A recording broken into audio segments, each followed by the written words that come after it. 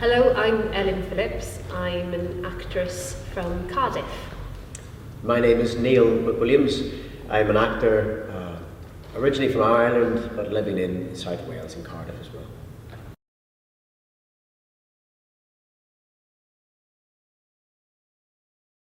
Yeah. So we changed the atmosphere in the room a lot, and then we had one moment where we actively asked the audience what the atmosphere was in the room, because I think that's something we talk about, the climate, the atmosphere in that Olympic stadium.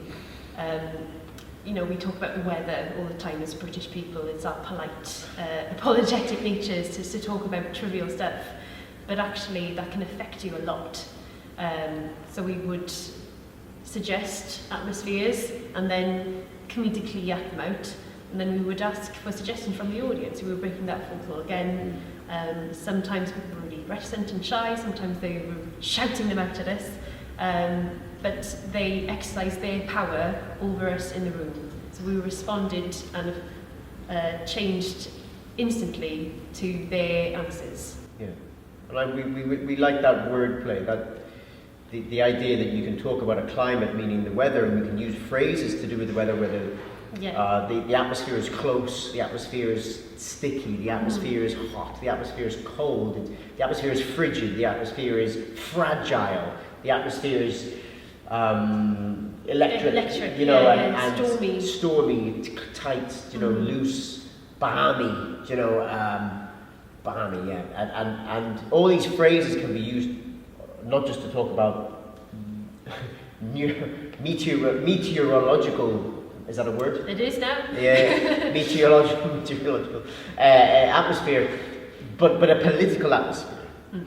Whether that, and that's across Europe, across the world, across just this city that we're in, across the UK, because you know that we are, with our show, using direct references to our referendum as United Kingdom citizens to leave the EU.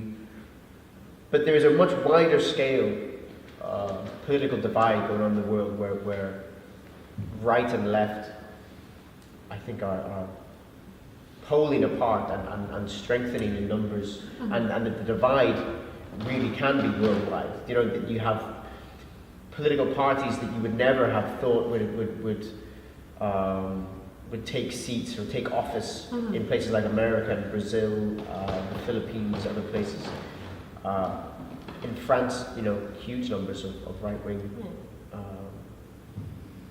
supporters, and we see that within the UK, and whether the UK is simply a microcosm of something much larger. I mean, that's what's so impressive, if you want to say, about the current politicians. So they've whipped up this atmosphere, this climate, and then harnessed that to achieve what they wanted. So yeah, I think it is like a microcosm. Yeah. So we that dual play on words for us was something that we used.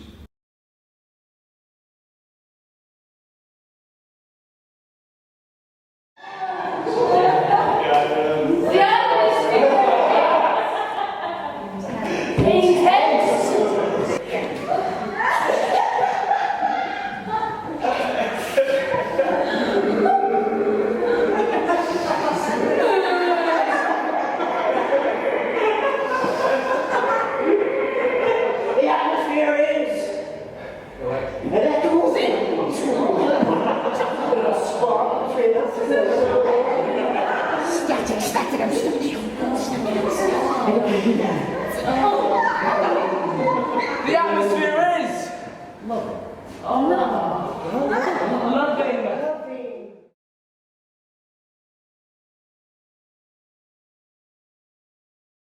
I'm trying to work on, think about the show that I'm making in May in Formentera with my friends, my daughter.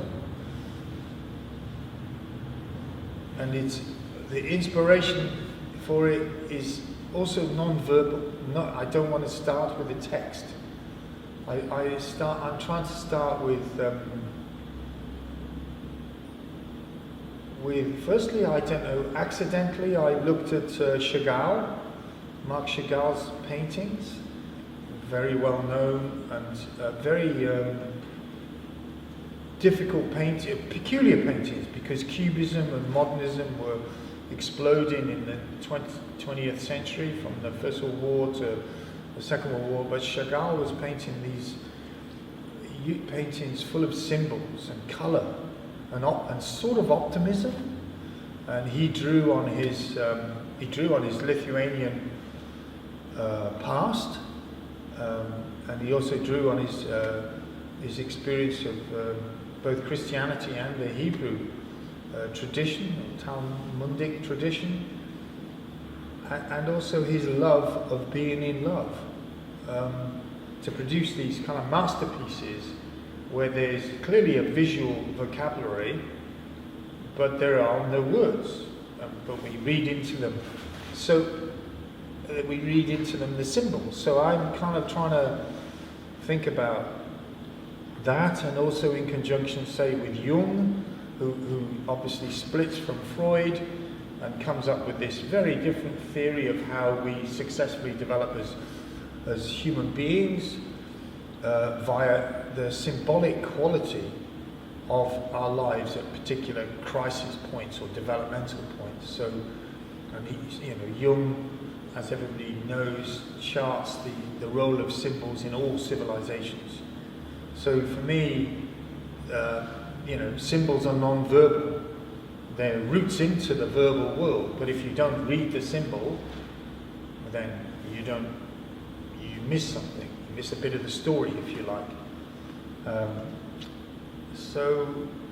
That for me is a very rich way into telling a story, I think. We don't need words to see, or perhaps we shouldn't need words, but we've become over-reliant on words.